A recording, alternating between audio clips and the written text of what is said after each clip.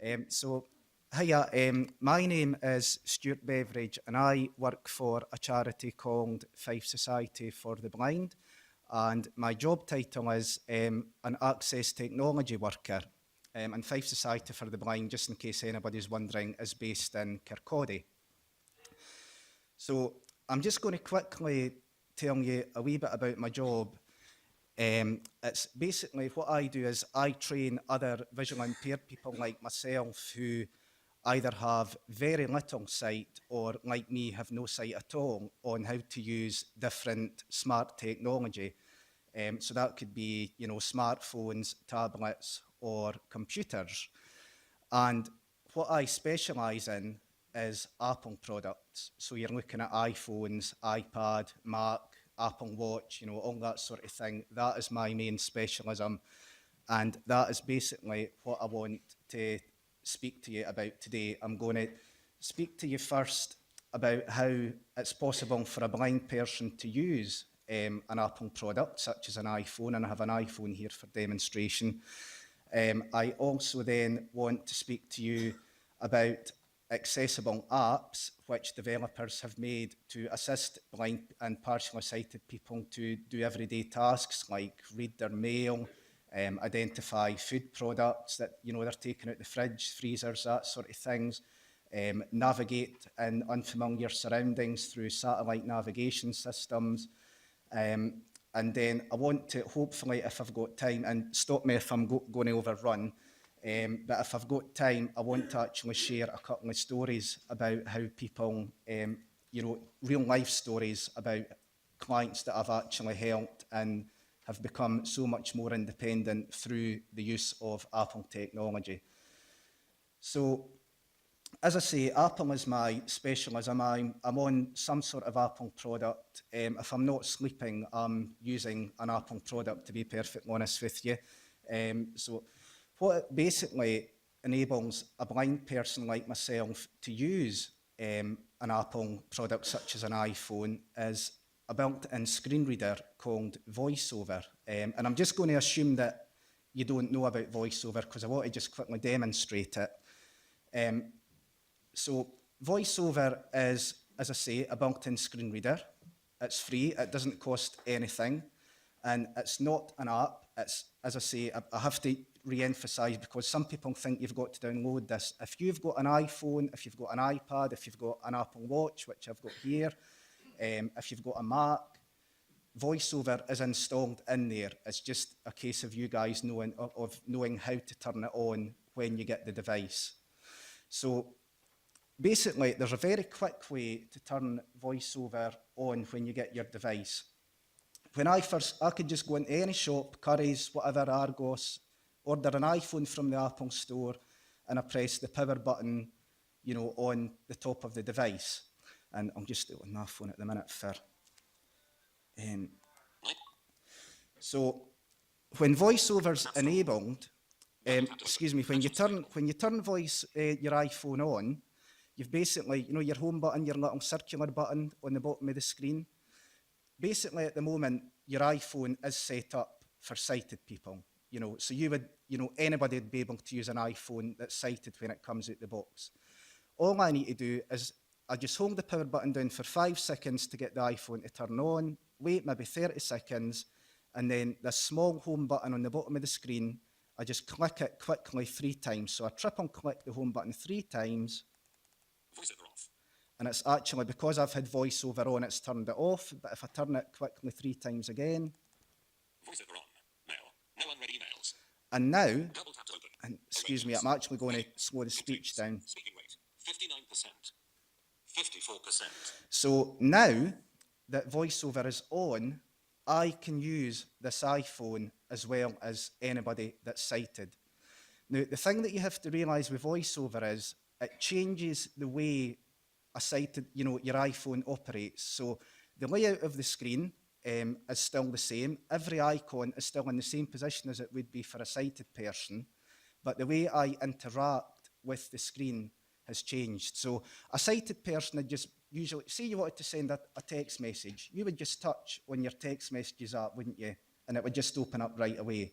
So obviously a blind person can't do that.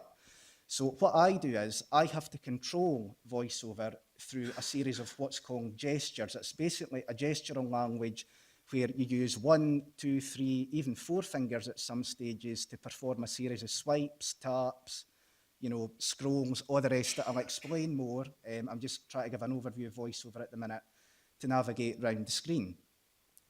So all I teach people to start with is the basics. And I just use one finger, and the first gesture I teach people is called the touch gesture. And that's basically as it sounds. You just touch the screen. App Store. Health. And you just move around the screen. App Store. Notes. Reminders.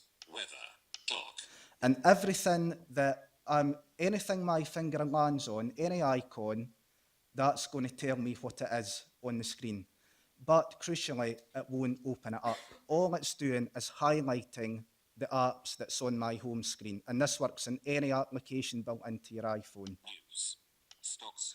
And what I do by doing this is I've actually created a mind map in my head of where every single thing is on the screen that I need. So if I want to send a text message, I can just touch it.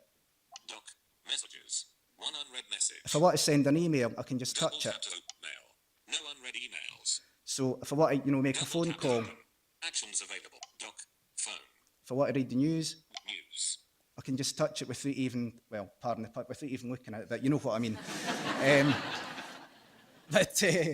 So once you find the icon you want, to activate it, because remember, it's changed the way you interact with your device. So to activate it, if I want to send a text message, I would just automatically find it. Doc. Messages. One unread message. Double tap to open. And it Actions says available. double tap to open. So again, with the same finger and anywhere on the screen, it's just a quick double tap, Messages. and it's actually One opened unread. up the messages app, and I'm actually in a text message that I'd sent earlier on. To exit an app, you just find your home button, which is very tactile, your small circular button, Messages. and you're One back unread out to your message. home screen. Initially, it's as easy as that. Use the one finger to drag around the screen, create a mind map of where everything is in your head, on the screen in your head, activate it, to get into it, double tap, and then to come back out, press your home button.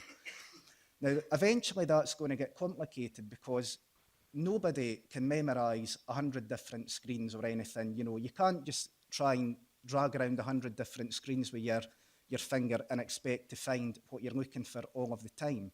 Especially if you're on the internet or you're reading mails, your internet web page is going to change all the time.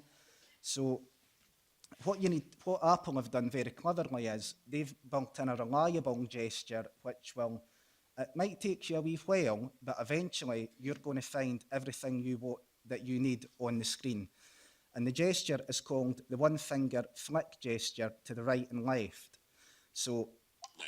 if I very quickly go up to the top of the screen with a shortcut, I'm right in the top left-hand corner of the screen, and if I now swipe with one finger to the right, Calendar. Wednesday the 24th it's of going to May. take me to the next item Double on tap the to screen. And Actions if I available. keep flicking, Photos. Camera. I'm going to go through Maps. everything row by row, column by column, row by row, until I get to the bottom of the screen, until I get to the last item, which is Doc.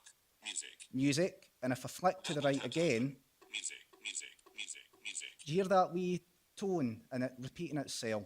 That basically means I've scrolled through every single thing on the screen and I'm at the end of the page. So it saves you getting lost, and if you're struggling to find an item, you use the one finger flick gesture to the right to take you forward, and the one finger flick to go through everything to the left, right back up to the top of the screen. Mail.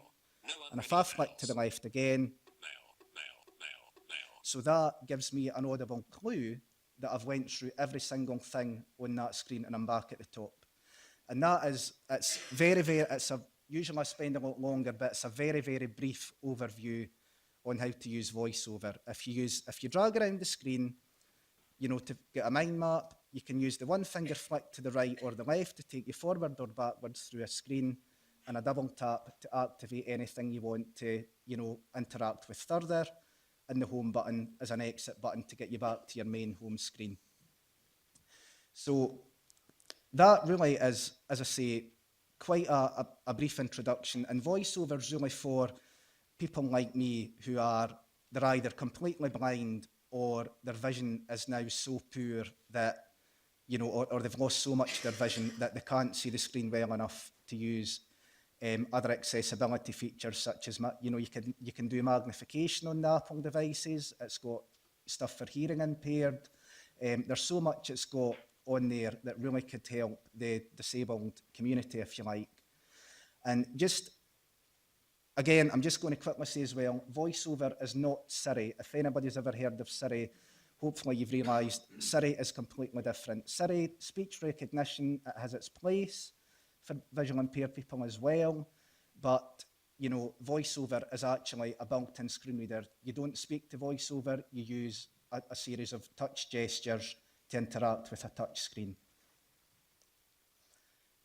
So what I'm now want to talk about is people who actually use VoiceOver.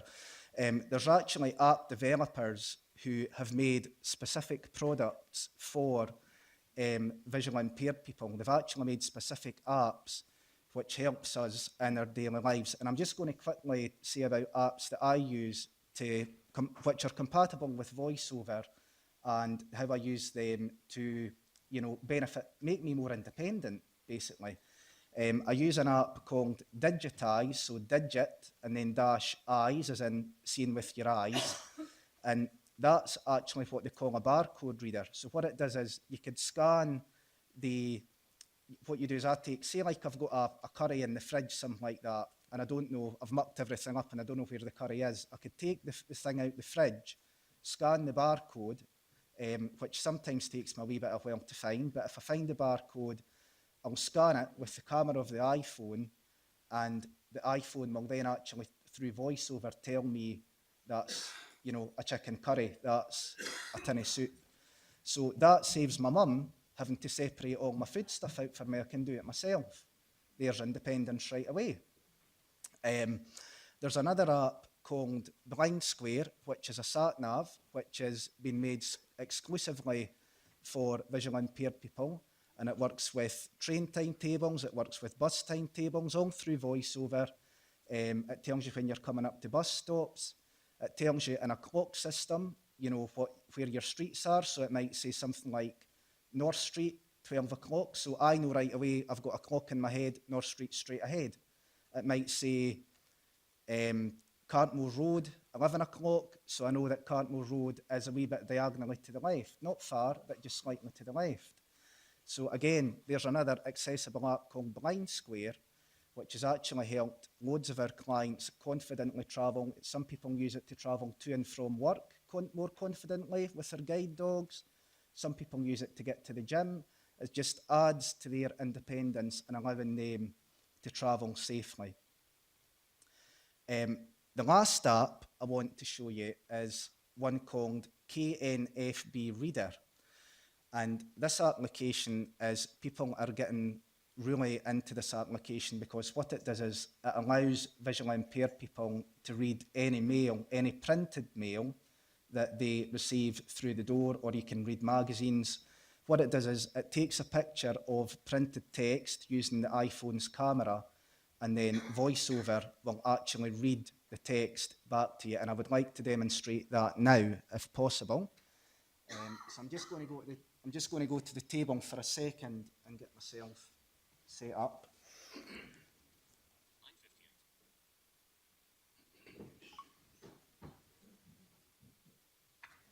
Notes. So I'm going to find KNFB Reader. I don't know where KNFB Reader is on my screen because I've not memorised it on this Works iPhone. So I'm going to flick to it using the gesture I spoke about earlier, the flick to the right, which will scroll me through every app on the screen. Calculator. Podcasts. Watch. Extras folder. KNFB Reader. KNFB Reader. Double tap. Actions available. And you're in. Now, what I'm going to get it to do is actually take a picture of a magazine that I have here. And I'm just going to... What I have, by the way, here is a small stand called a giraffe reader, which What that does is it just holds my iPhone steady so that when I'm taking the picture, my hand isn't kind of, moving the camera around when I'm trying to capture the text. So I've opened up KNFB Reader. It doesn't matter if the magazine's upside down or anything here. I'll still take the picture and it'll hopefully convert this into text and read it back. And as I say, the benefits for visually impaired people and people with low vision of this technology is people are really realising the benefits now of it. So I just need to find a massive button on the left-hand side of the screen called Take Picture. Hang on, that's went a bit. So I've found Take Picture, and I'm going to double tap, just the basic voiceover gestures. And I'm hoping it's going to read this. Hospital GPQ family friend Q. Pause. How did you hear about Fife Society? Technology. Optician D Self D Internet website social media D.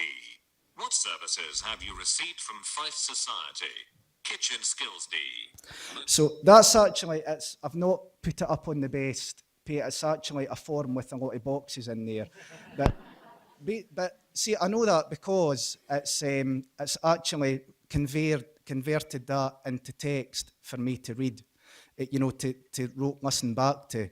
So people are actually using this because, especially in the care sector, it's a very private thing where people don't want, you to read their, your support worker to read your mail and things, do they? So what people have done now that they've got the iPhones is, they've got KNFB Reader, that app I've just demonstrated, onto the iPhone, and they're reading their own mail, they're reading their own bank statements, they're reading their own medication leaflets, all independence. So hopefully all that stuff I've spoke about today shows that these iPhones and technology through the iPhones are going to make more and more people independent.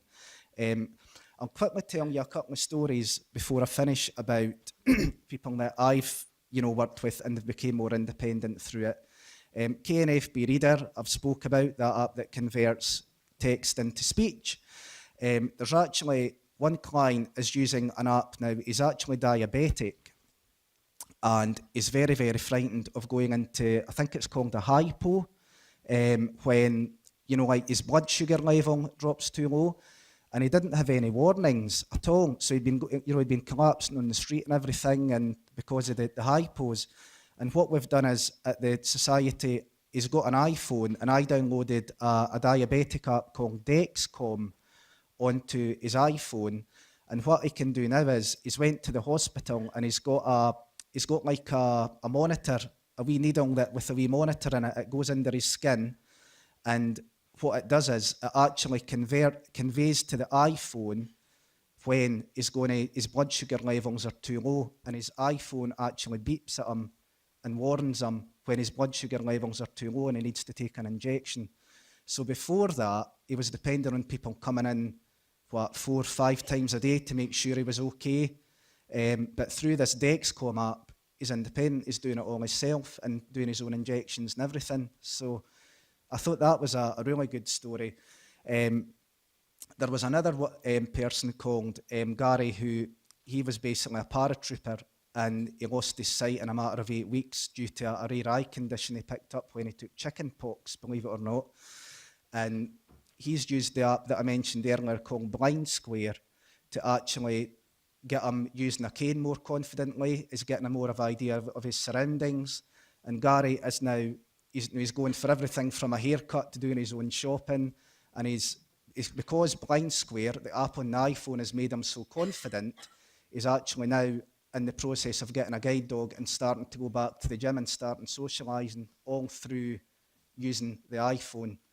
The last person I want to tell you about is a lady who was deaf-blind, believe it or not, and she was trying to use an iPhone with what little hearing she had left and trying to use voiceover, and it wasn't happening. The speech was just too rough for her. It wasn't speaking clearly enough for her to understand. She was missing a lot of stuff out, and I thought, meaning no disrespect to the lady, but I thought, I don't know how I'm going to get round this.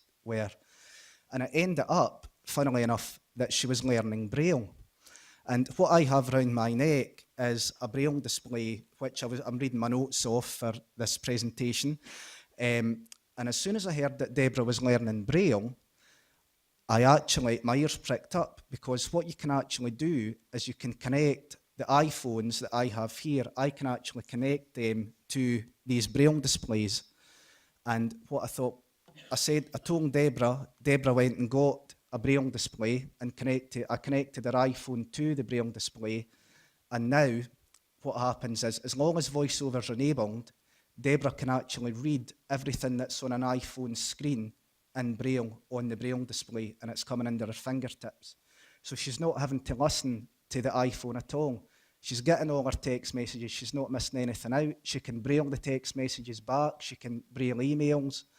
And the way that this woman has came on through connecting this iPhone up to a Braille display has been fantastic. And she's actually started applying for jobs again because of it, and try to get back into full-time employment. So hopefully I've just highlighted in the brief time that I've had some of the accessibility issues, with the iPhone, what it can do for people, and just make people aware of the fact that this technology on any Apple product exists and can help people with everything from setting a reminder to take medication to, Skyping, FaceTiming people to make sure, it saves their carers coming to the house, putting events in calendars, making notes to themselves, accessible apps. The possibilities with iPhones are endless. And I hope that I've managed to highlight that to you today. And one final point is, socially and economic-wise, it's a lot better as well, because you're using the same, you might be using it in a different way, but I'm using the technology the same as my sighted cousin would. It's just I'm using it in a different way. I've got an iPhone, my cousin's got an iPhone. It's getting used in education, and iPads are getting used in education in schools. You're not having to be separated to learn, Braille and all the rest of it. You're using an iPad with a keyboard to do the same tasks as you would with Braille. And again, just finally, cost as well.